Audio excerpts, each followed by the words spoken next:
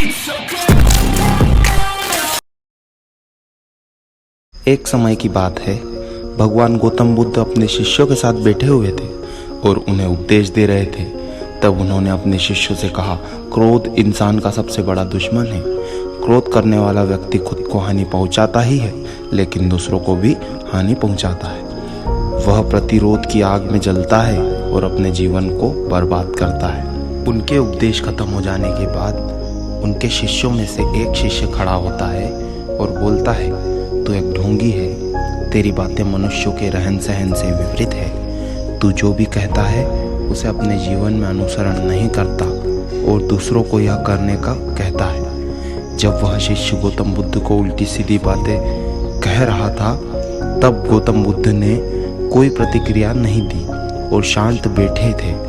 लेकिन ऐसे में वह व्यक्ति और भी ज़्यादा गुस्सा था और गुस्से में आकर उसने गौतम बुद्ध के मुंह पर थूक दिया। उसके बाद भी महात्मा गौतम बुद्ध को गुस्सा नहीं आया और वे शांत ही थे। उन्होंने अपने चेहरे से थूक को साफ किया और वह चुपचाप बैठ गए। यह सब देखकर उस शिष्य को समझ नहीं आया कि वह क्या करेगा। गुस्से में आकर वह उस जगह को छोड़कर चला गया और अगले दिन अपने घर पहुंचा। जैसे ही वह अपने घर पहुंचा, तब तक उसका दिमाग शांत हो चुका था। दिमाग के शांत होते ही उसे इस बात का एहसास हुआ कि उसने कितनी बड़ी गलती की है, उससे पाप हुआ है। वह खुद को मन ही मन कहने लगा, यह मैंने क्या कर दिया, मैंने महात्मा बुद्ध का अपमान किया है, ऐसा पाप मैं कैसे कर सकता हूँ, मैंने बहुत बड़ी गलती कर दी, मुझे जाकर उनसे माफ़ी मांगनी चाहिए। यह कहकर वह तुरंत ही गौतम बुद्ध के पास चला जाता है, लेकिन गौतम बुद्ध उस स्थान पर नहीं थे।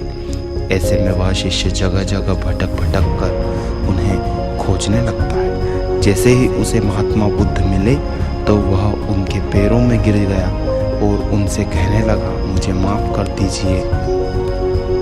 महात्मा बुद्ध कहते हैं कि क्रोध करना इंसान के लिए सबसे खतरनाक है। यह मनुष्य का सबसे बड़ा दुश्मन है जो उसे बर्बाद कर सकता है। इसलिए मनुष्य को कभी भी क्रोध नहीं करना चाहिए और बीती हुई बातों को हमें भूलकर आगे बढ़ना चाहिए। अगर कोई मनुष्य अपनी बीती हुई बातों को ज़्यादा ध्यान देता है तो उसका ध्यान पूरी तरह से भूतकाल में लगा होता है और वह इंसान कभी भी आगे बढ़ने की और विचार नहीं कर पाता। इसीलिए हमेशा पुरानी बातों को छोड़कर आगे बढ़ने की सोचना चाहिए। अगर आपको हमारी वीडियो अच्छी लगी हो तो लाइक, कमेंट और सब्सक्राइब जरूर करें। धन्यवाद।